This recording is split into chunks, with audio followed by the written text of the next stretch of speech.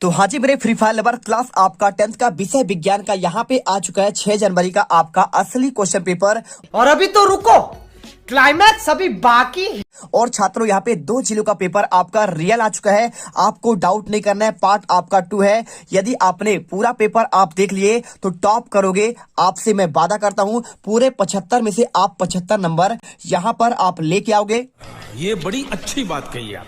आपको बता दूं कि आपका 101% आपका यही क्वेश्चन पेपर आएगा। यदि आपने दोनों आपका पेपर आपने कर लिया तो आप पूरे 75 में से 75 नंबर लेके आओगे और पेपर में धमाल मचा दोगे, गर्दा मचा दोगे। देखिए सबसे पहले अगर बात करूं मैंने तो आपका पार्ट 1 में मैंने इनके ऑब्जेक्टिव के आंसर आपको दे दिया था, और यदि आपने नहीं देखा है तो एक बार अच्छे से यहाँ पे देख लो। देखिए सबसे पहले आपका यहाँ पे आता है क्वेश्चन 1। देखिए प्रत्येक प्रश्न में दिए गए विकल्पों में आपको सही विकल्प आपको चुनकर लिखना है। तो 8 नंबर क्वेश्चन था तो मैंने आपका इसका आंसर दे दिया था। यदि आपको रिवीजन के तौर पर आपको एक बार देखना है तो देख लीजिए, निम्नलिखित में से कौन सा गुण आपका प्राय धातुओं द्वारा प्रदर्शित आपका नहीं किया जाता। आंसर विद्युत संचालन। तो आपको देखिए चारों ऑप्शन में आपका यहाँ पे राइट आंसर आपका बीजांड होगा। इसके बाद देखिए पीएच स्केल की परास क्या होती है, तो आपको यहाँ पे 4 ऑप्शन दिए, आंसर आपका यहाँ पे 0 से आपका 14 होगा। और यहाँ पे दिया है तीसरा क्वेश्चन, अंडा का शीर्ष भाग कहलाता है, तो आपको इसमें आंसर आपको देखिए वर्तिकाग्र करना है। और इसके बाद चौथा क्वेश्चन, विद्युत धारा का एसआई मात्रक क्या होता है,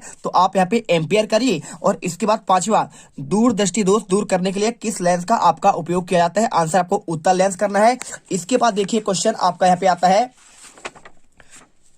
6 नंबर, मनुष्य की कोशिका में कितने आपका गुणसूत्र, कितने जोड़ी गुणसूत्र पाए जाते हैं। तो अगर इसका क्वेश्चन कोई आपसे पूछे तो आप यहाँ पे 23 जोड़ी कह दीजिएगा। इसके बाद श्वसन प्रक्रिया क्या है, तो आपका उष्मा शोषी और उष्मा छिपी आपका दोनों है, आंसर आप यहाँ पे 7 नंबर लगाएंगे। इसके बाद देखिए क्वेश्चन आपका दूसरा, रिक्त स्थानों की आपको पूर्ति करना है। तो पहला क्वेश्चन, तंत्रिका तंत्र की इकाई आपका होता है न्यूरॉन्स होती है। डीएनए का पूरा नाम डीऑक्सी न्यूक्लिक अम्ल होता है, और वस्तुओं को हम प्रकाश की उपस्थिति में देख सकते हैं।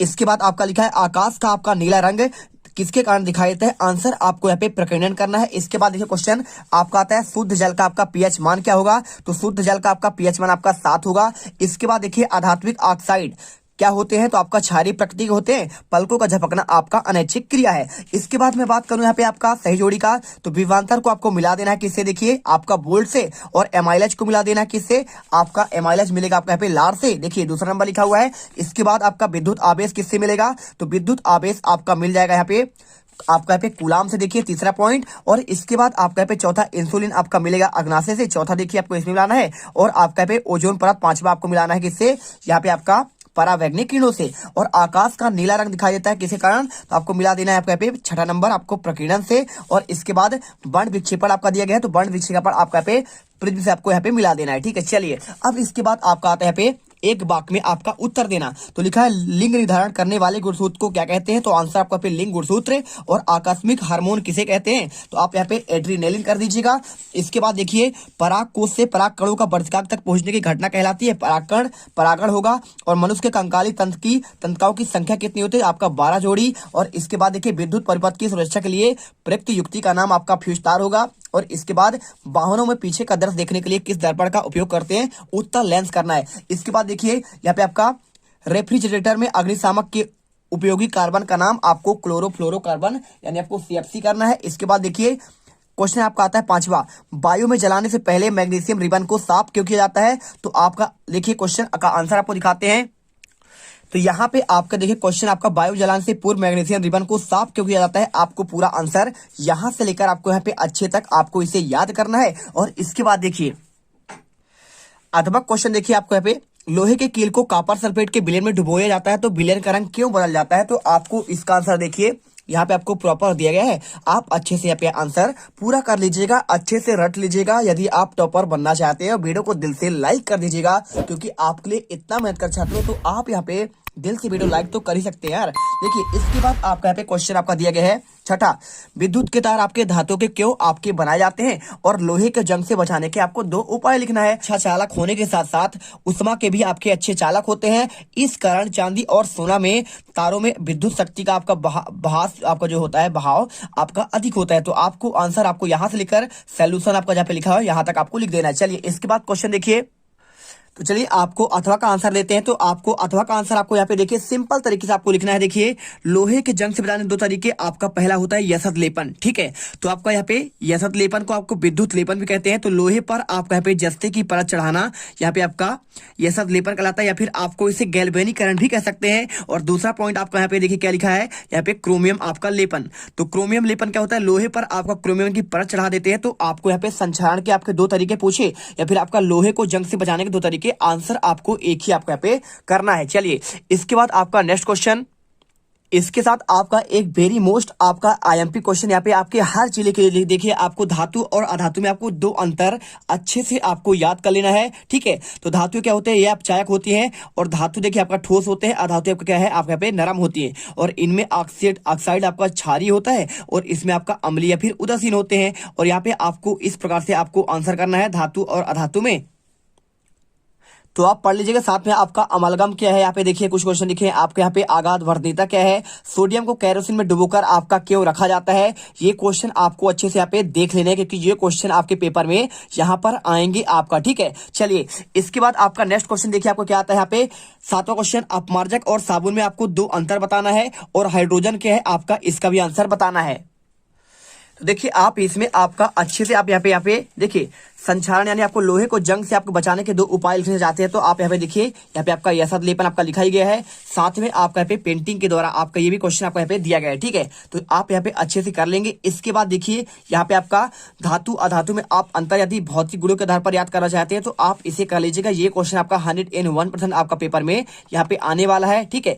तो पूरा कर लीजिएगा। ठोस होते हैं, और यहाँ पे आपका देखिए ये सुचालक होते हैं, ये कुचालक होते हैं, और यहाँ पे आपका कुछ आपका उदाहरण यहाँ पे आपको लिख देना है ना। संक्षारण पूछिए तो आप इसे भी कर दीजिएगा। इसके बाद आपका जो क्वेश्चन यहाँ पे आता है, यहाँ पे अपमार्जक और साबुन में दो अंतर, तो इसका आंसर देखिए आपको यहाँ पे ये मिल जाएगा। तो आपको साबुन के बारे में देखिए पूरा आंसर लिखा है, साबुन वसा अम्लों के आपको उच्च सोडियम और पोटेशियम लवण है, जबकि आपके अपमार्जक क्या है, एल्काइल अम्लों के आपका लंबी श्रृंखला वाले आपका सोडियम लवण है। बस आपको यहाँ पे ये देखिए आपका झाग नहीं देता साबुन, लेकिन आपका यहाँ पे अच्छा झाग देते हैं अपमार्जक, ठीक है। और देखिए साबुन समानता धोने के लिए अधिक आपके उपयुक्त नहीं होते, लेकिन आपके अपमार्जक यानी कपड़ों को धुलाई के लिए आपका यहाँ पे अपमार्जक यानी आपका निरमा आपका जो बनाया जाता है, यहाँ पे घड़ी निरमा आपका अपमार्जक कहलाता है। आपको याद कर लेना है। और इसके साथ देखिए यहाँ पे आपका अविलेय पदार्थ बनाते हैं कैल्शियम और मैग्नीशियम मिलकर, और यहाँ पे कैल्शियम मैग्नीशियम आपका यहाँ पे अविलेय पदार्थ नहीं बनाते हैं। इसके बाद देखिए क्वेश्चन आपका यहाँ पे हाइड्रोकार्बन के आपका ये पूछा गया है, तो इसका आंसर आपको यहाँ पे ये मिल जाएगा। देखिए हाइड्रोकार्बन क्या है, तो ऐसे कार्बनिक यौगिक जो केवल कार्बन और हाइड्रोजन से मिलकर बने होते हैं हाइड्रोकार्बन कहलाते हैं, जैसे मेथेन, एथीन, एथाइन और बेंजीन आदि आपके यहाँ पे क्या है आपके हाइड्रोकार्बन है। इसके बाद देखिए आपके प्रकार की अगर कोई क्वेश्चन पूछेगा तो आपका संतृप्त और आपका असंतृप्त आपका हाइड्रोकार्बन होता है, आप इसे पढ़ लीजिएगा। इसके साथ देखिए क्वेश्चन आपका यहाँ पे जो आपके मोस्ट है, ठीक है। आपको मैं बता दे रहा हूँ, आपको यहाँ पे अलग वाले जिले में आपके आएंगे एस्टरीकरण, तो यहाँ पे आप एस्टरीकरण पढ़ लीजिएगा। साथ में आपका किडवन वाला क्वेश्चन भी आप एक बार यहाँ पे वीडियो को पॉज करके देख लीजिएगा और पढ़ लीजिएगा, ठीक है। चलिए इसके बाद देखिए क्वेश्चन आपका इसमें कुछ है नहीं, आपका साबुन का है। तो साबुन के बारे में अगर कोई आपसे पूछे तो देखिए हाइड्रोजनीकरण आपका क्या है और इसका आपको औद्योगिक आपका प्रयोग क्या है, तो ये क्वेश्चन आप यहाँ पे एक बार देख लीजिएगा। ऑक्सीकरण आपका क्या है यहाँ पे दिए लिखा है, और इसके साथ आपका इसमें कुछ खास क्वेश्चन आपका है नहीं, तो यहाँ पे आपको सिंपल तरीके से इतना ही देखना है। और आपका एक क्वेश्चन आपका यहाँ पे और दिया गया, देखिए कौन सा, बस आपका इतना ही है, ठीक है। तो आप यहाँ पे इस प्रकार से क्वेश्चन यदि देख लेंगे तो आपके पूरे नंबर आपको मिलेंगे। अब क्वेश्चन 8वां दिया है, मनुष्य के उत्सर्जन तंत्र का आपको नामांकित आपको चित्र बनाना है। साथ में देखिए अगर मैं इसके आंसर की बात करूं तो देखिए आपको इसका आंसर आपको सिंपल तरीके से आपको यहाँ पे ये वाला आपको चित्र बनाना है, और चित्र बनाने के बाद आपको यहाँ पे पूरा आंसर इसको आपको लिख देना है, ठीक है। यदि आपको यहाँ पे समझ में ना आ रहा हो तो आप यहाँ पे देख सकते हैं, पूरा आप यहाँ पे बढ़ाकर आपको यहाँ पे दिखा दे रहा हूँ। आपको बायां वृक्क धमनी, बाई वृक्क शिरा महाधमनी, मूत्रवाहिनी, मूत्राशय मार्ग आपको यहाँ पे बना लें, ठीक है। तो आपका मानव उत्सर्जन तंत्र आपको यहाँ पे बन जाएगा। और इसके अलावा आपका इसमें जो क्वेश्चन आपका महत्वपूर्ण है कौन कौन सा है, देखिए आपको यहाँ पे एक मानव श्वसन तंत्र का आपका चित्र पढ़ लेना है। आपका ये क्वेश्चन भी आपका अन्य जिलों पर आ सकता है। इसके अलावा आपका यहाँ पे एक आ सकता है आपका पाचन तंत्र का, ठीक है। तो आप इसमें आप ये भी क्वेश्चन आप देख लीजिएगा। और एक आपका पे देखिए मानव हृदय का, तो मानव हृदय का तो आपका क्वेश्चन ऑलरेडी आपका आया हुआ है, तो आप इसे पढ़ेंगे ही, तो आप यहाँ पे आंसर देख लो। सभी क्वेश्चन आप अच्छे से याद करिए। तो यहाँ पे आपको आंसर पूरा आपको यहाँ पे ये करना पड़ेगा। देखिए, मनुष्यों में ऑक्सीजन तथा कार्बन डाइऑक्साइड का परिवहन श्वसन कहते हैं और प्रक्रिया में फेफड़े द्वारा संपन्न की जाती है। फेफड़े में सांस द्वारा पहुंची हुई वायु होमोग्लोबिन ऑक्सीजन को ग्रहण कर शरीर के सभी कोशिकाओं तक पहुंचाती है। इस प्रकार शरीर के विभिन्न अंग तक आपका पहुंचता है। CO2 हमारे ग्लूकोज के खंडित होकर ऊर्जा में बदलने का कार्य करता है और CO2 रक्त के संपर्क में आने पर प्लाज्मा में घुल जाता है। CO2 प्लाज्मा के द्वारा शरीर के पूरे रक्त में वायु में चली जाती है और नास द्वारा बाहर कर दी जाती है। ठीक है, चलिए आंसर कर लीजिए। तो देखिए, आपका परागण का आपको आंसर करना है तो आपको सिंपल तरीके से लिख देना है। वह प्रक्रिया जिसमें पराग कोष से पराग कण वर्तिकाग्र तक पहुंचते हैं परागण कहलाती है। कणों का किसी भी प्रकार से पराग कोष के वर्तिकाग्र तक पहुंचने की क्रिया आपका परागण होता है। अगर आपसे क्वेश्चन पूछे आपका स्वपरागण तो आपका यहाँ पे लिखा गया है और इसके साथ देखिए आपका यहाँ पे अगला क्वेश्चन आपका लिखा गया है। देखिए, पर परागण, तो आप इसे भी कर सकते हैं और इसके अलावा आप चाहो तो यहाँ पे देखिए बहुत सारे क्वेश्चन है। यहाँ पे निषेचन है, अंकुरण है, ऋतुस्राव है। तो ये क्वेश्चन आपका ऑलरेडी यहाँ पे आपका पेपर में इसी में आने वाला है। देखिए, क्वेश्चन आपका 10वां आपका यही वाला आने वाला है तो आपको इसका भी आंसर आपको मिल जाएगा, टेंशन मत लीजिए। और बाकी आपको यहाँ पे देख लीजिए, द्विखंडन आपका यहाँ पे क्वेश्चन पूछे तो आप कर दीजिएगा। इसके साथ देखिए आपके ऐसे बहुत आपके वेरी मोस्ट आपके इसमें IMP क्वेश्चन है तो आपको इनका भी आंसर आपको बताएंगे, टेंशन मत लीजिए, आप देखते जाइए। ठीक है, यहाँ पे पुष्प का आपको यहाँ पे स्वच्छ नामांकित चित्र भी दिया गया है तो आपको चलिए पहले आपको यहाँ पे आंसर इसका दिखा। परागण को हो गया। अमीबा में आपका द्विखंडन विधि का बात कर रहा है तो अमीबा में आपका द्विखंडन विधि आपका कैसे होता है इसका आपको सचित्र चित्र आपको बताना है और वर्णन करना है। तो आपका ये क्वेश्चन है और आपको यहाँ पे देखिए आपका इसका सचित्र आपको बताना है तो आपको यहाँ पे आंसर आपको इसी आधार पर आपको लिखना है। इसके बाद देखिए क्वेश्चन यहाँ पे आपका 10वां आता है ऋतुधर्म, ऋतुस्राव या फिर रजुधर्म, इसे क्या कहते हैं। तो आपको अभी आंसर मैंने आपको दिखाया है ना, तो आपको यही क्वेश्चन आपको आंसर यहाँ पे आपको लिखना पड़ेगा। ठीक है, चलिए आपको दिखा देते हैं इसका आंसर। तो यहाँ पर देखिए आपको आंसर पूरा आपको यहाँ पे आपका दिया गया है। ऋतुस्राव के बारे में आप अच्छे से यहाँ पे लिख दीजिएगा पूरा आंसर। और इसके बाद आपका दिया है क्वेश्चन मेंडल के प्रभाविता के नियम को समझाइए। तो अगर आप इसका नियम आंसर लिखना चाहते हैं तो आपको यहाँ पे ये मिल जाएगा, मेंडल के आपका प्रभाविता का आपका नियम मिल जाएगा। तो इस नियम के अनुसार जब विपरीत लक्षणों को एक जोड़े को ध्यान में रखकर क्रॉस कराया जाता है तो पहली पीढ़ी में केवल आपका प्रभावी गुण ही आपके दिखाई देते हैं और यह आपका प्रक्रिया प्रवृत्ति प्रभाविता या फिर आपका नियम आपका क्या कहलाता है, प्रभाविता का आपका नियम कहलाता है। इसके साथ आप चाहो तो इसमें आपको क्या आपको याद करना है। देखिए यहाँ पे आपको अनुवांशिकी से क्या समझते हैं आप इसे याद कर लीजिएगा। और अनुवांशिकता क्या है, अनुवांशिक लक्षण किन्हें कहते हैं, तो आप इनको अच्छे से एक बार देख लीजिएगा। ठीक है, वीडियो को रोककर पढ़ लीजिए, कोई आपका दिक्कत नहीं है। और देखिए अगर क्वेश्चन आपका चेंज होता है तो इतना ही आपका चेंज होता है। मेंडल का जैसे आपका पृथक्करण का नियम दिया गया है तो आप ये क्वेश्चन एक बार देख लीजिए। साथ में आपका गुणसूत्र क्या कहलाता है, आपको गुणसूत्र के बारे में भी आपको एक बार यहाँ पे पढ़ लेना है, गुणसूत्र का कार्य और महत्व के बारे में। और इसके अलावा कुछ है नहीं आपका यहाँ पे आपका जो इसके पहले वाले पार्ट है तो इसमें आपका कुछ क्वेश्चन आपके महत्वपूर्ण आपके जो है आपके ये वाले हैं। देखिए आपका परागण और आपका निषेचन में आपका अंतर आपको एक बार देखना है, यहाँ पे आप देख सकते हैं। और इसके अलावा आपका यहाँ पे देखिए अलैंगिक और आपका लैंगिक जन्म में आपको अंतर, ऐसे क्वेश्चन हमेशा आपको पढ़ना चाहिए। और स्वपरागण और आपका यहाँ पे पर परागण में आपको अंतर, ये क्वेश्चन आपको अच्छे से देखकर जाना है। इसके बाद आपको क्वेश्चन दिया गया, देखिए यहाँ पे लिखा है वाहनों में पीछे देखने के लिए किस दर्पण का आपका उपयोग करते हैं और क्यों। और इसके अलावा अपवर्तनांक से आप क्या समझते हैं।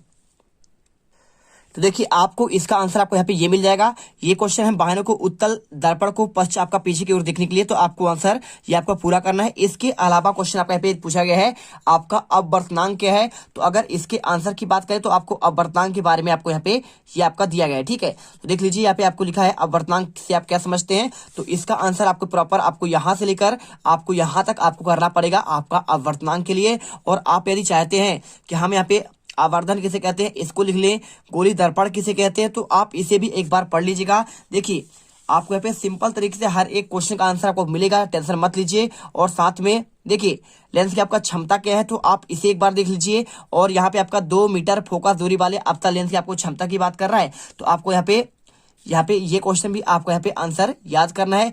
इसके अलावा आपका जो क्वेश्चन हमें यहाँ पे आपका दिया गया है, आपको सिंपल तरीके से देखिए क्वेश्चन आपका दिया गया है ये वाला, गोली दर्पण की फोकस दूरी क्या तात्पर्य है और इसके गोली दर्पण और वक्रता त्रिज्या के फोकस दूरी में आपको यहाँ पे संबंध बताना है। ठीक है, क्या आपका दूरी यहाँ पे होगा। तो देखिए आपको इसका आंसर देखिए गोली दर्पण का आपका फोकस दूरी पूछे तो आप यहाँ पे आंसर कर दीजिएगा। गोली दर्पण की फोकस दूरी उसके ध्रुव से दूरी गोली दर्पण की आपका फोकस दूरी कहलाती है। और गोली दर्पण की वक्रता त्रिज्या के अगर पूछे तो आप यहाँ पे इसका आंसर आप इसे पढ़ लीजिएगा। इसके अलावा आपका यहाँ पे जो आपका क्वेश्चन आपका इंपोर्टेंट है, हीरे का अपवर्तनांक क्या होता है, आपको यहाँ पे इसे पढ़ना चाहिए। और साथ में गोली दर्पण का देखिए आपको यहाँ पे वक्रता केंद्र का आपका परिभाषा आपका पढ़ना चाहिए। और साथ में यहाँ पे कुछ क्वेश्चन आपके वेरी आपके मोस्ट IMP हैं, आप इन्हें एक बार देख लीजिएगा। अवतल दर्पण के मुख्य फोकस की परिभाषा और इसके अलावा यहाँ पे क्वेश्चन आपका खास है नहीं, लेंस की क्षमता की बात कर रहा है, इनको आपको बता ही दिया हूं मैंने। क्वेश्चन देखिए यहाँ पे आपका लिखा है उस लेंस की फोकस दूरी ज्ञात कीजिए जिसका आपका यहाँ पे क्षमता 2 आपका डायऑप्टर है। तो यह किस प्रकार का आपका लेंस है। तो इसका आंसर आपको यहाँ पे देखिए 8वां क्वेश्चन दिया गया है, तो आपको यहाँ पे आंसर इसका कर देना है। इसके बाद देखिए क्वेश्चन आपका यहाँ पे आता है 13वां आपका लिखा है घरों में विद्युत युक्तियों को समांतर क्रम में आपका संयोजित किया जाता है क्यों, और दिश धारा और प्रत्यावर्ती धारा में आपको अंतर स्पष्ट करना है। तो आपका क्वेश्चन आपका सेम क्वेश्चन आपका यहाँ पे ये वाला होगा। तो देख लीजिए घरेलू परिपथ में समांतर क्रम में उपकरणों को संयोजन क्यों किया जाता है, तो इसका आंसर लिख दीजिए। और इसके अलावा देखिए क्वेश्चन आपका 8वां क्वेश्चन दिया है दिष्ट धारा और आपका प्रत्यावर्ती धारा में आपको अंतर बताना है। तो यहाँ पर देखिए आपका पॉइंट बाय पॉइंट प्रत्यावर्ती धारा और आपका दिष्ट धारा, तो आपको यहाँ पे 3 पॉइंट आपको दिए गए हैं, आप इसे अच्छे से यहाँ पे कर लीजिएगा। ये आपका यहाँ पे कर्व के रूप में ऊपर नीचे होता है और आपका यहाँ पे समानांतर जाता है, ठीक है। तो आप आंसर यहाँ पे आप इसको करिए। इसके बाद देखिए क्वेश्चन आपका क्या आता है, देखिए आपका जो क्वेश्चन दिया है 14 नंबर दिश धारा का आपका विद्युत जनित का चित्र की बात कर रहा है। तो आपको यहाँ पे चित्र आपको ये वाला बना देना है। देखिए विद्युत आपका जनित आपका यही है DC है ना, जिसे कहते हैं। और चाहो तो आप इसका वर्णन भी आप यहाँ पे याद कर सकते हो। एक आपका होता है यहाँ पे देखिए विद्युत मोटर, तो विद्युत मोटर का आपका चित्र यहाँ पे आपका ये दिया गया है। तो आप इनको तो आप पढ़ ही लिए होंगे है ना, तो आपको इनको रेडी करना है। फ्लेमिंग का बाएं हाथ का नियम भी आपका आया हुआ है। तो आपका देखिए यहाँ पे क्वेश्चन आपका डायरेक्टली से पूछा गया है फ्लेमिंग के दाएं हाथ का नियम लिखिए। तो आपको आंसर यहाँ पे देखिए फ्लेमिंग के आपके दाएं हाथ का नियम आपका यहाँ पे यही वाला है। तो आप अच्छे से आंसर देख लो और इसे याद कर लो। और इसके बाद देखिए इसमें कुछ खास आपका है नहीं, फ्लेमिंग का एक आपका यहाँ पे बाएं हाथ का नियम है। तो यहाँ पे आपका जो क्वेश्चन आपका इसमें आया हुआ है वो आपका दाएं हाथ का नियम है। तो आप इसे याद करेंगे। और इसके साथ आपका यहाँ पे देखिए दक्षिण हस्त अंगूठा का नियम पूछा गया है, आपको इससे दिक्कत नहीं है। घरेलू विद्युत परिपथ पूछा गया है, फ्यूज तार क्या होता है इसके बारे में वर्णन किया गया है। और यहाँ पे आपको क्षण चुंबक का आपका पे चुंबकीय क्षेत्र के आपके रेखाओं के 3 गुण की बात कर रहा है। तो यहाँ पे देखिए क्वेश्चन आपका ऑलरेडी यहाँ पे आया हुआ है। विद्युत मोटर का आपको नामांकित चित्र पूछा गया है क्वेश्चन 15 में। और देखिए विद्युत चुंबकीय संबंधी आपका विद्युत फैराडे का आपका नियम पूछा गया है। चलिए आपको आंसर दिखाते हैं। तो यहाँ पे ये देखिए डायरेक्टली आपका क्वेश्चन आपका अभी मैंने बताया था वही क्वेश्चन आपका यहाँ पे पेपर में भी आपका आ चुका है। तो आप इसे अच्छे से याद करिए। और विद्युत चुंबकीय प्रेरण के फैराडे का नियम की बात कर रहा है। तो देखिए आपको यहाँ पे विद्युत क्षेत्र का पहला आपको परिभाषा आपको अच्छे से याद करना है, ठीक है। इसके अलावा यहाँ पे विद्युत चुंबकीय प्रेरण का आपका नियम जो होता है इसे आपका फैराडे का आपका नियम कहते हैं। तो आप यहाँ पे चौथे का भी आंसर आप यहाँ पे रेडी कर लो। इसके बाद क्वेश्चन देखिए 15वां आपका हो गया। 16वां देखिए ओजोन परत क्या है और आपका क्यों छीड़ हो रहा है, उत्पादक किसे कहते हैं। तो चलिए आपको इसका आंसर देते हैं। तो यहाँ पर देखिए आपका क्वेश्चन है और इसका आंसर आपको यहाँ पे क्लोरोफ्लोरोकार्बन नामक मानव निर्मित रसायनों के कारण पतली हो रही है। पहले हम यही समझते थे कि CFC एक वरदान है, परंतु ये मनुष्य के जीवन में समृद्ध और आरामदायक बना सकती है। लेकिन CFC आपका कृत्रिम यौगिक होते हैं जो क्लोरीन, कार्बन और फ्लोरीन से बने होते हैं। उनका ना कोई रंग होता है और ना कोई आपका गंध होता है। तो ये आंसर करिए आप यहाँ पे। और इसके बाद देखिए क्वेश्चन आपका यहाँ पे सिंपल तरीके से आपका दिया गया है। क्वेश्चन उत्पादक किसे कहते हैं, तो उत्पादक का आंसर आपको दे देते हैं। तो यहाँ पर देख सकते हैं इसका आंसर की बात करें,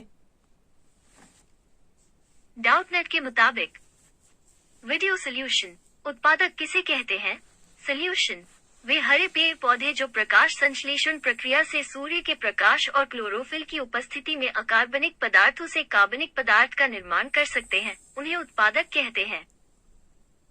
देखिए क्वेश्चन आपका 7वां पूछ रहा है विस्थापन अपक्रिया आपका क्या है, उदाहरण सहित आपको बताना है। तो आप यहाँ पे आंसर देख लीजिए। जब अधिक क्रियाशील तत्व कम क्रियाशील तत्व से उसके यौगिक से विस्थापित होता है उसे कहते हैं विस्थापन अपक्रिया। और इसका आपका उदाहरण आपको यहाँ पर ये तक कर देना है ना। ये आपका आंसर हो गया। इसके बाद आपका पूछा गया है द्विविस्थापन अपक्रिया।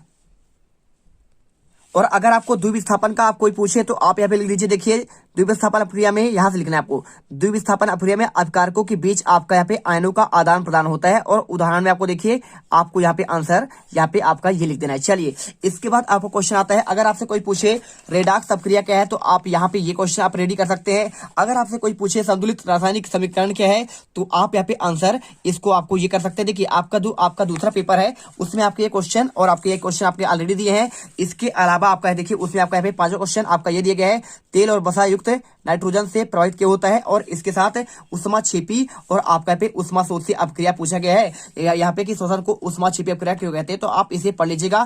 साथ में आपका यहाँ पे अवशोषण अपक्रिया क्या है, तो ये क्वेश्चन यदि आपने पढ़ लिया तो पूरे नंबर आपको यहाँ पे मिल जाएंगे। इसके बाद देखिए क्वेश्चन आपका 18वां आता है। यहाँ पे 18वां लिखा है प्रतिवर्ती क्रिया क्या है, आपको इसका क्रियाविधि का आपको सचित्र वर्णन करना है। तो अगर मैं इसके आंसर की बात करूं तो देखिए यहाँ पे आपको प्रतिवर्ती का आपका क्रियाविधि पूरा मिल जाएगा। तो प्रॉपर आप यहाँ पे आंसर देख सकते हैं, आपको आंसर यहाँ पे आपको रेडी करना पड़ेगा।